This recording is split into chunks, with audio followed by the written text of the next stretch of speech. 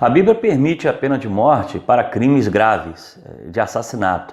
Nós vamos ver isso nos tempos bíblicos. Apesar da pena capital ser algo ainda discutido nos nossos dias, naquele tempo não havia uma discussão, era uma questão de vida, né? E todos os povos tinham a pena capital, mas só era aplicada em casos graves.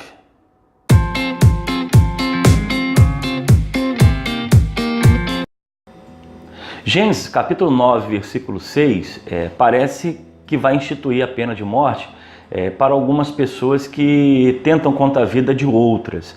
E isso serviu para disciplinar, para orientar o povo, simplesmente porque a vida deve ser preservada e valorizada, porque o homem é feito à imagem e semelhança de Deus.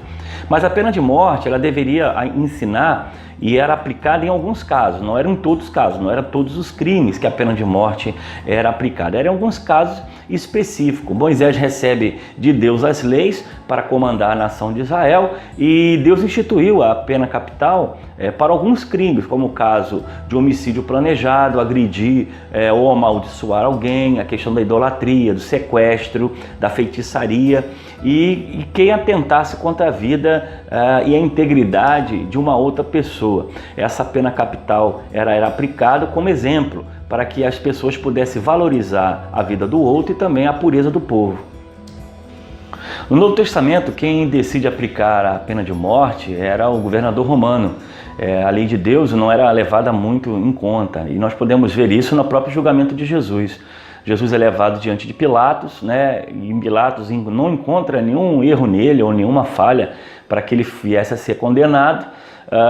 Simplesmente ele lava as mãos e é feita então a vontade do povo, né? Jesus então é condenado à pena capital, à pena de morte. Quem tinha cidadania romana tinha uma opção, ele poderia optar a César para que viesse a decidir, né, se aquela pessoa deveria morrer ou não. Nós vamos observar esse fato ali em Atos dos Apóstolos, capítulo 25, de 10 a 12.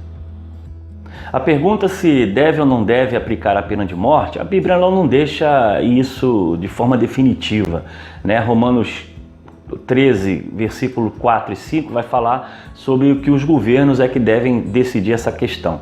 Mas as pessoas que são favoráveis, eles têm alguns argumentos. O primeiro dela é uma questão de justiça, né? Cada crime deve ter uma punição justa. Se a pena for muito leve, para alguns isso não vai ser levado em consideração, principalmente a vida do outro. A outra questão é que a vida humana deve ser levada a sério. E essa questão da pena de morte vem como intuito de disciplinar e de capacitar as pessoas, né, em relação ao próximo. Outros vão defender também favorável em relação ao próprio 10 mandamentos, quando diz lá no 6º mandamento, né, não matarás. No versículo, na palavra hebraica, ela vai falar simplesmente não assassinarás. Isso não anula a questão da pena de morte. E outros vão defender porque isso serve para proteger os inocentes. Pessoas, né, muitas vezes idosos, crianças que não têm nem condições de se defender diante de uma tentativa de assassinato, de homicídio. É uma questão de defender a vida daqueles que são inocentes, daqueles que são prejudicados por questões físicas, por questões de idade e outras coisas relativas a isso.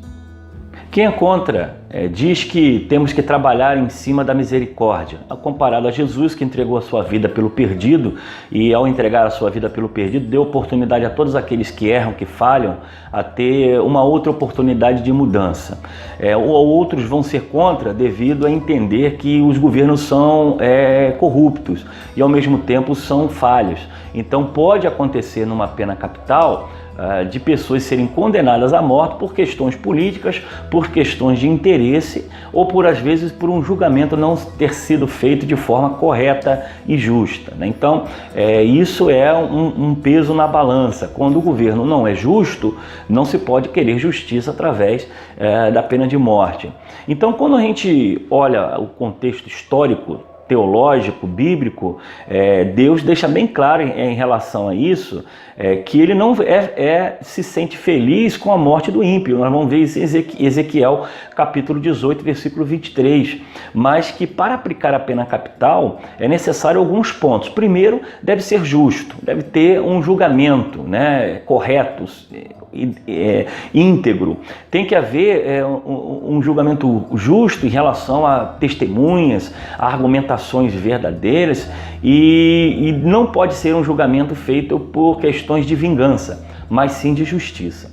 Mas quando nós olhamos o contexto teológico e evangélico hoje no Brasil, do cristianismo ou do catolicismo, o que predomina hoje é a misericórdia. A pena de morte, para muitos cristãos, não é aceita devido ao entendimento de que mesmo a pessoa ao cometer o erro ou a falha, ela tem oportunidade de mudar, tem oportunidade de ter uma nova chance e exercer sim a punição do tempo de prisão, mas não de tirar a vida do indivíduo.